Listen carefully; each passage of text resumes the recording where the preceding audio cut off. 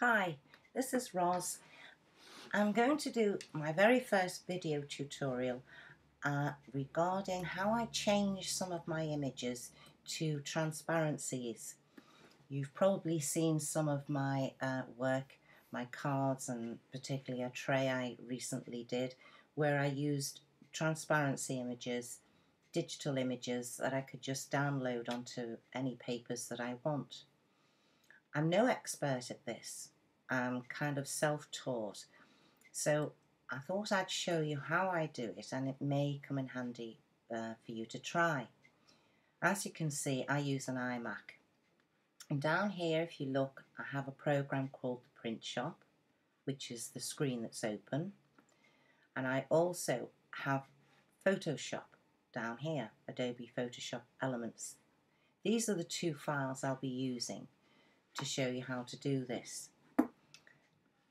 Now, if I open my graphics file here for Graphics Fairy, you'll see I'm going to use this image because it's simpler for me to show you. But if I just use that image as it was, as a JPEG, if I copied it by using Command C on my keypad and put it on here, Command V to paste, and you'll see it's a lovely image, but it has this white background. And it's this white background that we're going to be getting rid of. So if I go back to my image, I'll show you how I do this. Highlight the image. Up here, where it says Finder, you'll see File. Click that, and it says Open With. Go down to Open With Adobe Photoshop Elements. And there you'll see it's open in Elements. Now, as I say, this is the only way I know how to do this. Some of you perhaps know a shorter way or a quicker way or an easy way. Please let me know if you do. But this is how I do it. Up on the top here, you'll see where it says Image. So we're going to click Image. We're going to come down to Magic Extractor. Click that. And this is the screen that appears for you. There's the image, the white background we want to get rid of, the bird we want to keep.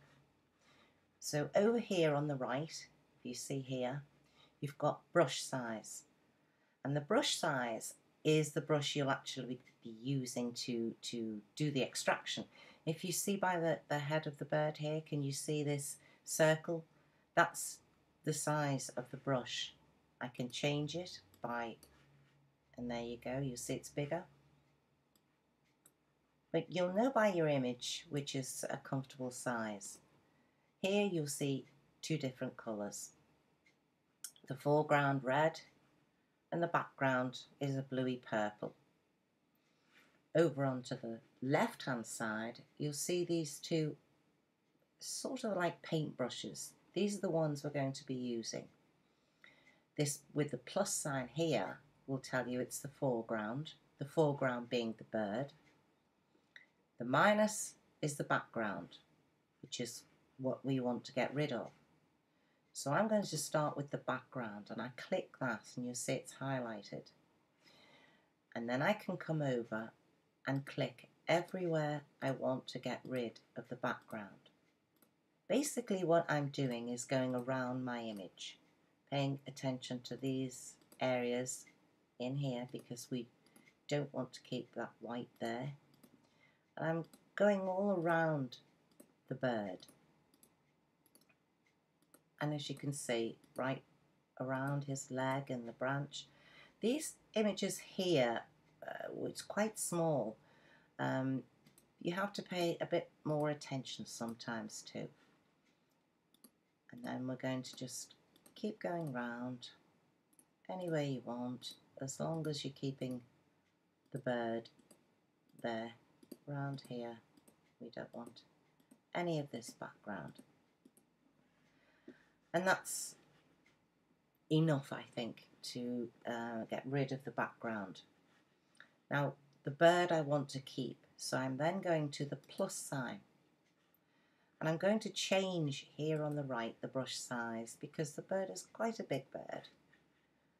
and I'm going to click in red everything I want to keep. So again, I'm going to more or less go around the shape of the bird, pay particular attention to the tail and the small areas. So come around here. I want to keep the branch, feet. I'm going to make the brush size slightly smaller because I want to get into this tail end here. You can see this. And I want to get into his leg here and the end of this branch. So when you're happy that you think you've more or less covered everything, and must not forget this little tiny tail part here. When you're happy that you've more or less covered it all, you can go up here and click OK. And this is where the magic happens. And there you see is the bird. And the background here, all this checkered area, whenever you see a checkered area like this is transparent. Everywhere is transparent. So that has actually worked very well. We've kept his legs, his tail. Now, if, for example, we had a piece still in there that, you know, hadn't erased as such, it wasn't a pure checker, all you'd have to do is click this eraser tool and you can just actually rub it out. But once you're happy with the bird or the image that you've created here, then you need to save it. So you go up to the top here, File, you want to click Save As. And on this screen here, you get prompted all the time with how you'd like to save it. I'm going to, for the purposes of this, save it as Brown Bird 4. This is the file it'll be in. Well, I want to keep it in the Graphics Fairy. It's one of Graphic Fairy's images. This part here is important. Always save it as a PNG file. It may have come up as JPEG or anything else or Photoshop, but click PNG there. I honestly don't know what that means, but I do know it means transparency. Now, I don't need it as a copy because it's an original for me. So I don't need to, this will automatically tick its own box here. So I just leave it as that is. Click Save. Again, I have no idea what all this means. Just click OK. You see that little watch that was going round. And once that's gone, you know it's saved. So we can close all this now. I go back to the file where it was, and I'm going to find Date Modified, where it is, and there it is. So now, highlight it, Command C to copy it, go back to the print shop file, click on the print shop file, Command V to paste this image, and you'll see we now have a transparency as opposed to this white background that you had originally. So I'm going to get rid of that one.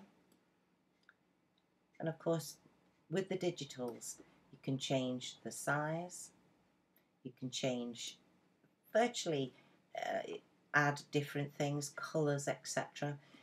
For example, if you wanted more than one, I would just click this so you've got this square around, and then I would Command C to copy, click again, Command V and paste, and there's another one. If I wanted to reverse this image, make sure again it's highlighted with this square, go up to here where it says Arrange, you want to flip it, and we're going to flip it horizontally, and there you see, it's turned around. And again, you can alter the size, etc. Put text in if you want, and you're good to print. And that is the way I change my files. I hope this has helped you. If you've got any questions, you can ask me. I can't promise I can answer them, but thank you very much for looking in today. Bye for now.